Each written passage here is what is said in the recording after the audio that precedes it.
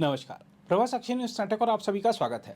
चुनाव के दौरान किसी एक परिवार या एक नेता को ही सारा दारोमदार सौंपना कितना भारी पड़ सकता है, हरियाणा इसकी मिसाल बन सकता है। हरियाणा में बीजेपी सरकार के खिलाफ उपजी नाराजगी का फायदा उठाने में कांग्रेस नाकाम होती दिख रही है, क्योंकि उसने यहां एकजुट होकर नहीं बल्कि खेमों में बंटकर चुनाव लड़ा है। कांग्रेस पार्टी को जीत दिलाने का सारा जिम्मा जिस तरह भूपेंद्र सिंह हुड्डा के कंधों पर डाला गया और इस स्थिति का फायदा उठाने के लिए हुड्डा ने कांग्रेस के अन्य नेताओं को जिस तरह किनारे किया, उसका विपरीत असर कांग्रेस की चुनावी संभावनाओं पर हो सकता है।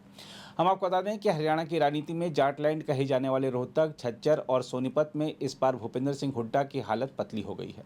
3 जिलों की 14 सीटों पर कांग्रेस का असर कमजोर हो रहा है। इसका बड़ा कारण बीजेपी के स्टार प्रचारकों की रैली और कांग्रेस द्वारा दलित विरोधी बयानबाजी और नौकरी बेचने की मानसिकता को माना जा रहा है। कांग्रेस रोहतक और झज्जर जिले में पहले से आधी सीट पर सिमटने जा रही है। सोनीपत जिले में कांग्रेस का बुरा हाल इसलिए है क्योंकि ऐसा लग रहा है कि वहां कुछ सीटों पर निर्दलीयों का जोर है और कुछ को बीजेपी ने कब्जे में कर ही लिया है।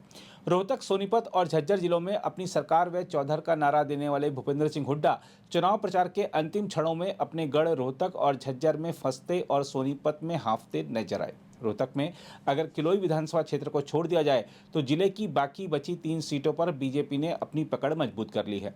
बीजेपी के स्टार प्रचारकों की रैली काम कर गई है। रोहतक सिटी, जिसे भूपेंद्र सिंह हुड्डा अपना होम टाउन मानते हैं, वहां से भी बीजेपी की सीट निकलती हुई नजर आ रही है। कांग्रेस प्रत्याशी की हालत पतली होती दिखाई दे रही है। पूर्व सहकारिता मंत्री और बीजेपी प्रत्याशी मनीष ग्रोवर मजबूत स्थिति में आ गए हैं। 2019 में कांग्रेस ने जिन सीटों पर अपनी जमीन मजबूत की थी, वहां कमल खिलता हुआ नजर आ रहा है। विधानसभा चुनाव से ठीक 24 घंटे पहले हुए कांग्रेस के इंटरनल सर्वे ने भूपेंद्र सिंह हुड्डा के साथ साथ कांग्रेस हाईकमान की नींद भी उड़ा दी है।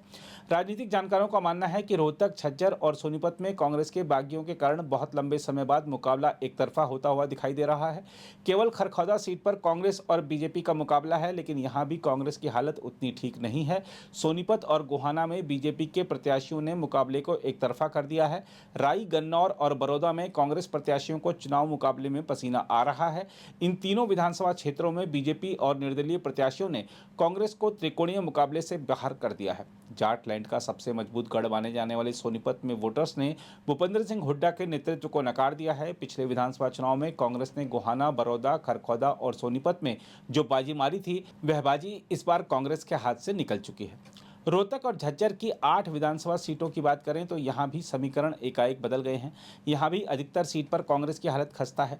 रोहतक जिले की कलानौर और महम विधानसभा सीट पर चल रही टफ लड़ाई में कांग्रेस के प्रत्याशी कमजोर नजर आ रहे हैं।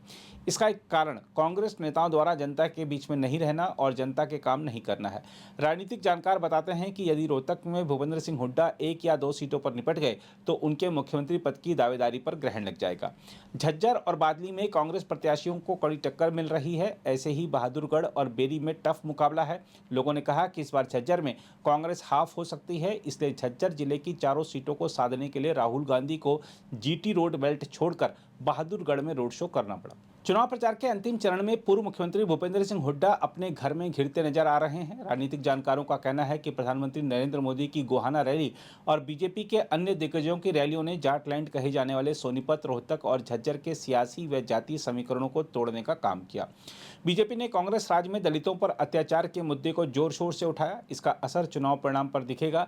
बीजेपी ने कांग्रेस को पर्ची व खर्ची व भ्रष्टाचार पर भी घेरा। इन सवालों का जवाब देने में कांग्रेस असफल रही, जिससे जाटलैंड में हवा कांग्रेस के खिलाफ जाती दिखाई दे रही है। अगर आप भी लेना चाहते हैं देश दुनिया की तमाम जानकारी तो आज ही सब्सक्राइब करें हमारे चैनल को। साथ ही नीचे दिए बेल आइकन को जरूर दबाएं ताकि हर अपडेट आप तक पहुंच सके।